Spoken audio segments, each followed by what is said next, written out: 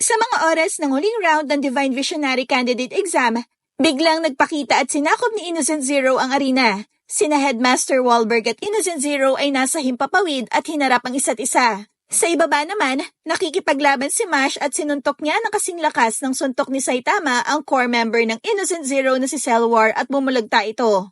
Naalala na ni Mash ang kanyang kalaban na si Cellwar dahil sa magic na nagamit niya noon kay Mash. Hindi naaalala ni Mash ang mukha ng kanyang kalaban noon, pero hindi siya nakakalimot sa magic na ginamit nito. Sabi pa ni Mash, hindi na daw uubra ang parehong magic na kanyang ginagamit laban kay Mash noon. Nakita na ni Mash ang kanyang abilidad noon at hindi na ito uubra sa kanya kahit minsan lang niya ito nakita. Sa kabilang banda naman, si Adam Jobs ay isang legendary magic user na nagtataglay ng napakatinding magical ability na kung saan siya ang naghari sa pinakamataas.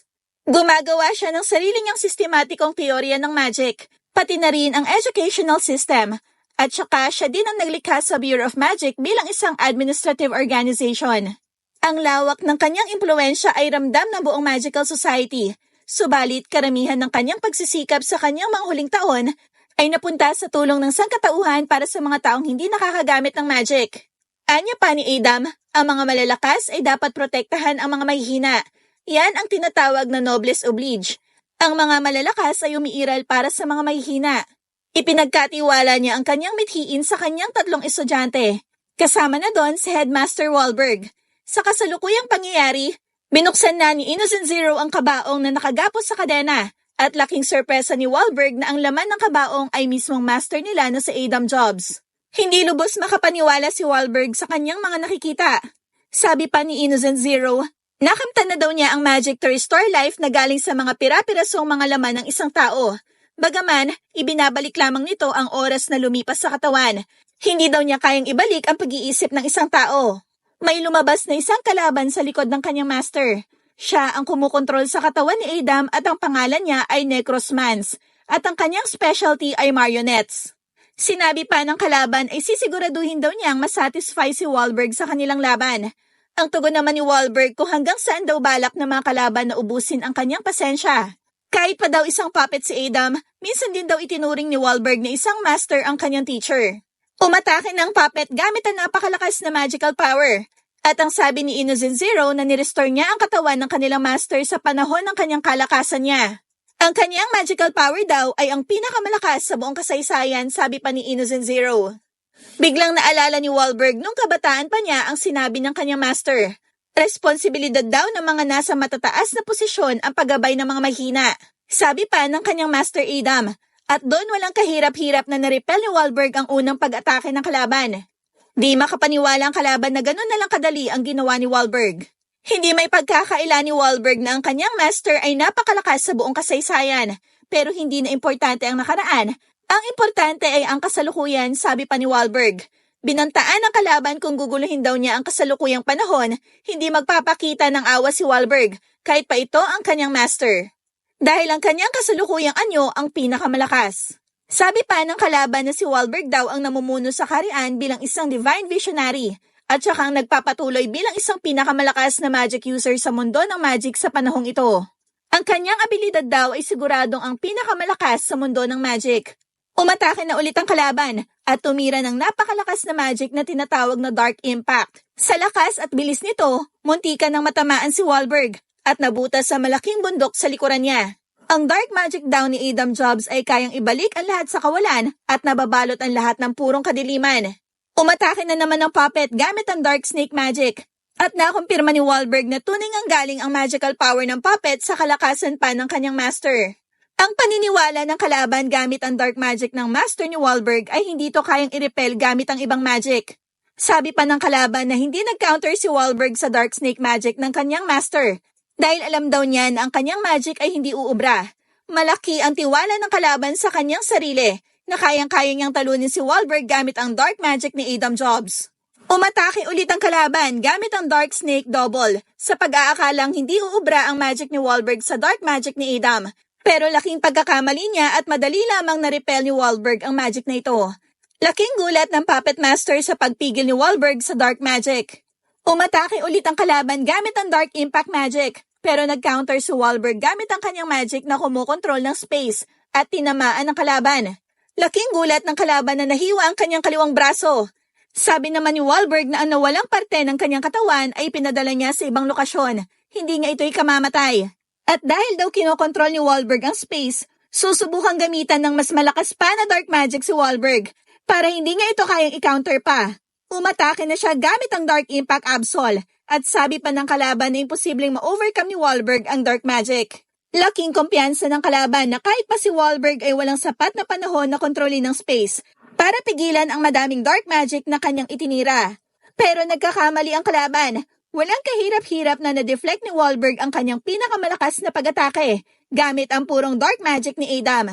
Hindi makapaniwala ang kalaban na walang kahirap-hirap na hiniwa ni Wahlberg ang napakalawak na dark magic na kanyang itinira.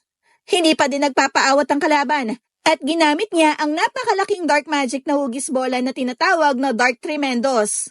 Itinira niya ang napakalaking dark magic ball kay Wahlberg. At sabi pa ng kalaban na imposible makapag-counter pa siya sa lakas ng dark magic na kanyang itinira. Pero tinawanan lamang siya ni Wahlberg at sinabihan ng kalaban na mali ang kanyang paniniwala. Naglabas ng napakatinding magical power si Wahlberg at nagcast ng napakalakas na magic spell na tinatawag niyang Space Sacrifice. Walang nagawa ang dark magic ng kalaban at nilamon ang Puppet Master sa kawalan. Matapos matalo ni Wahlberg ang Puppet Master, nasabi ni Innocent Zero na hindi talaga marunong sumuko si Wahlberg. Sabi pa ni Wahlberg, si Innocent Zero daw ang susunod. Balik naman tayo sa ibaba ng arena. Walang tigil pa din ang kanilang pakikipaglaban sa mga Kronos na isinoman ni Innocent Zero. Kahit anong gawin nilang pag-atake, walang humpay naman ang paglabas ng mga Kronos galing sa lupa.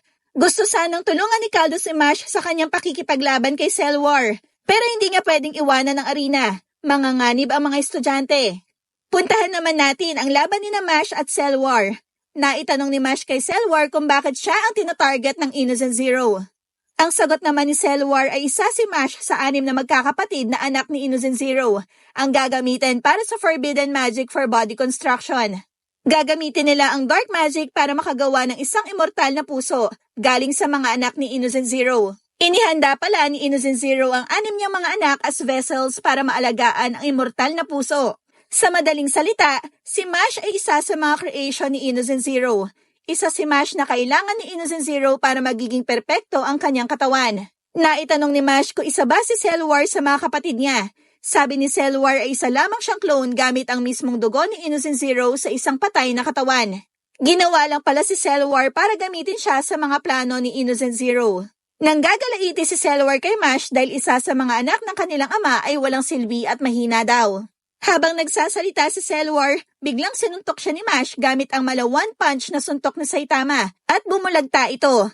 Hinamon ni Mash si Cell War. Wala daw makakapigil sa kanya. Hindi na nagpapigil si Cell War at inilabas na niya ang third line niya para mailabas niya ang kanyang tunay na magical power. May isinamon siya na tinatawag na Hephaestus at naglabas na napakatinding magical power. Inilabas niya ang tunay na anyo ng kanyang magic wand. Yan daw ang buong magical power ng kanyang wand. Binigay na lahat ni Cell War ang kanyang buong magical power at umaapaw ito sa lakas. Sabi pa niya na puso lamang ang kailangan nila kay Mash. Pagpipirasay na lang daw niya ang ibang parte ng katawan ni Mash gamit ang kanyang mga sandata. Itinira na niya ang kanyang sandata na tinatawag niyang Diamond Cutter at pilit na iniiwasan ni Mash na hindi siya nito matamaan. Hindi daw titigil sa paghabol ang kanyang mga sandata kay Mash hanggat hindi siya nito nahihiwa. Natamaan si Mash sa kanyang pisngi, pero very light lang naman. Ipinakita din ni Mash ang kanyang malambot na katawan sa pag-iwas niya sa mga flying disc. Sabi pa ni Mash ay huwag alalahanin ang mga sandata. Mag-focus lang daw siya kay Cell War pero muntikan na siyang mahiwa sa kanyang sikmura. Kung tatakas daw si Mash, papatayin daw niya ang lahat ng mga tao na nasa loob ng arena. Inilabas niya ang isang malaking bola na may mga malalaking spikes na tinatawag niyang Black Diamond. Matutusok daw ang mga tao sa loob ng arena pag tumakas si Mash sa kanilang laban. Itinira na niya ang kanyang 2 diamond disc pero biglang tumakbo si Mash papalayo. Nagpapahabol siya sa kanyang mga sandata. Nalilito si Cell War kung iiwan ba niya ang mga taong nasa arena at hahayaan na lang bang mamatay ito. Pero sa hindi niya inaasahan, biglang dumating si Mash sa kanyang likuran at hinawakan siya nito. Umikot pala si Mash sa buong academy para iligaw ang mga sandata niya. Hindi makapaniwala si Cell War sa ginawa ni Mash para iligaw ang kanyang mga sandata. Naitanong niya sa kanyang sarili kung anong klaseng bilis ang ginamit niya sa kanyang pagtakbo. Binalutan ni Cellwar ng diamond ang kanyang buong katawan para hindi siya mahiwa ng kanyang sariling sandata. Dumating na ang kanyang mga sandata at tinamaan si Mash at natumba ito. Inaapak-apakan niya ang ulo ni Mash pero biglang naging cream puff ito. Isinubo ni Mash ang mga cream puff sa bunganga ni Cellwar at hindi ito makahinga. Ang tunay na nangyari pala ay nag-halucinate na si Cellwar dahil sa kakulangan ng oxygen sa kanyang utak sa pagkakasakal ni Mash sa kanya. At dahil hindi na makahinga si Cellwar gamit ang biceps magic phyton choke ni Mash, nawala na din ang mga magical weapons na isinamon niya.